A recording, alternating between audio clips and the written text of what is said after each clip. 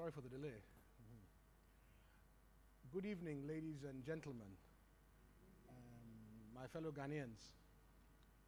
It is a great pleasure for me to be here this evening on behalf of the Convention People's Party to tell you about our various policies and programs which we have called Apamfufro, a new covenant that we would like to have with Ghanaians.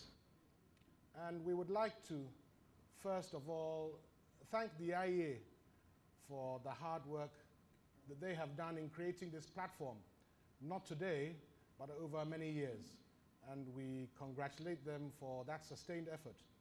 And we hope that this opportunity to explain our various policies and programs will enable Ghanaians make a different and far better choice as we move towards the general elections come the end of the year, this 2016. Once again, my fellow Ghanaians, Bob Marley said in one of his songs,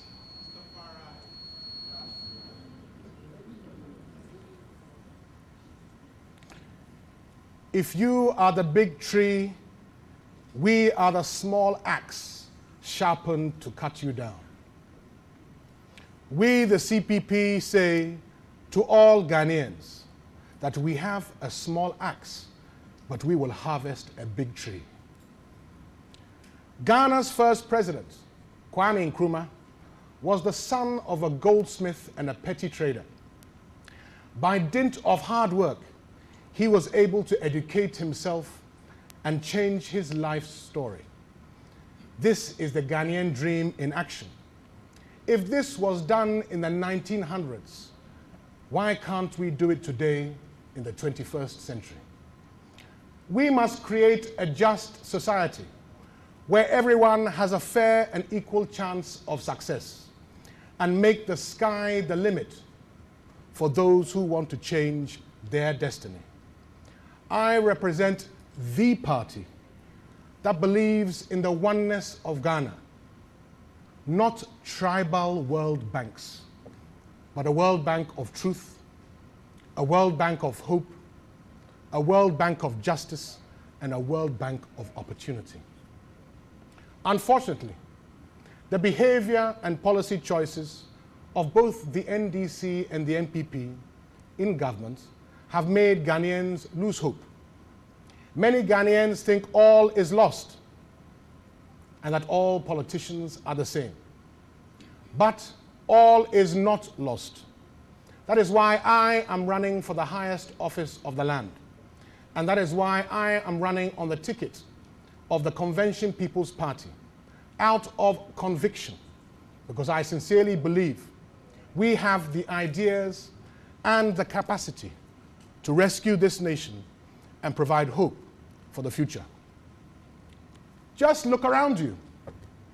Despite all the shouting about poverty declining, recent statistics show that 30% of the population is poor, with 19% extremely poor. We also have a creeping urbanization, sanitation, and housing crisis. For example, just imagine 53% of households in Accra are said to occupy a single room. Inflation is up to 19%, with interest rates at 35%, and the cost of living is so high for ordinary Ghanaians. 5 million Ghanaians do not have access to toilets. Ghana is second in Africa after Sudan for open defecation, and second in cholera after Nigeria. Over 29,000 Ghanaians were affected by cholera in the year 2014, and our national capital had 20,000 cases, resulting in 121 deaths.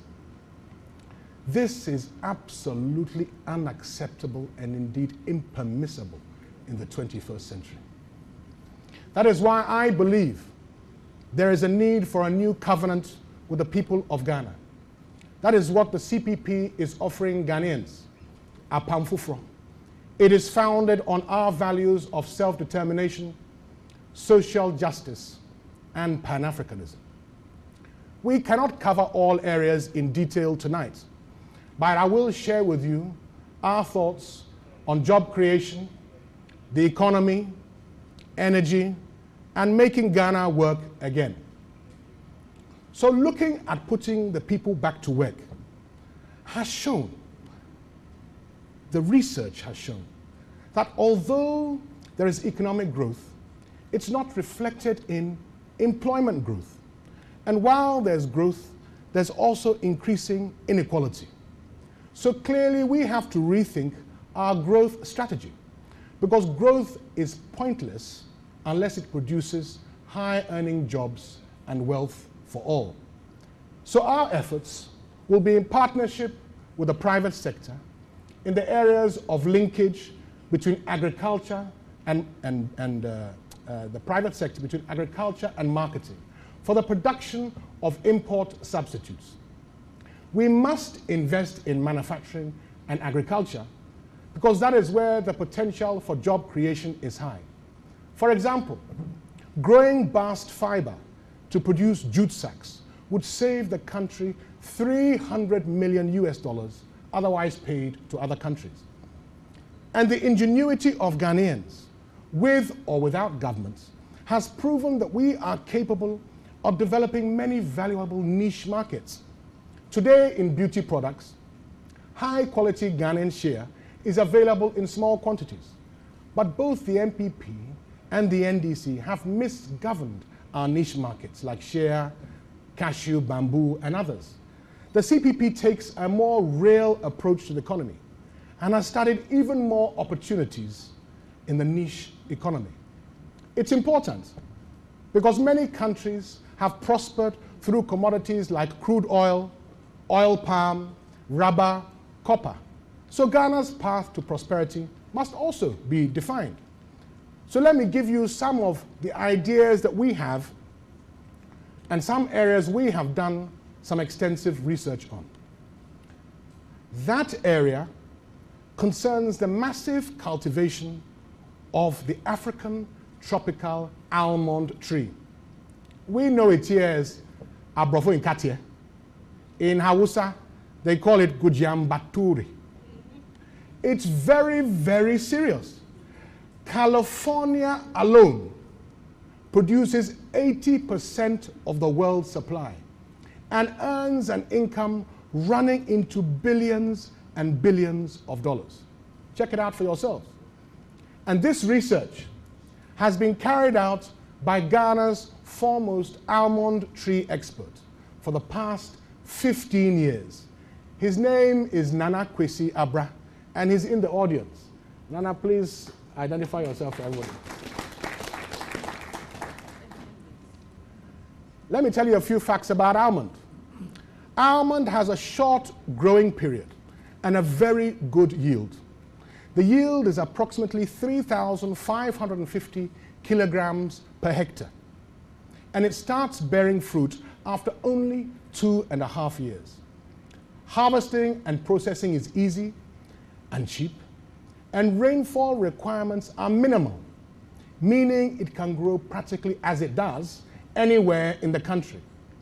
Most importantly, the price on the international market for almond oil is as much as $10,000 per ton, and I'm understating the price.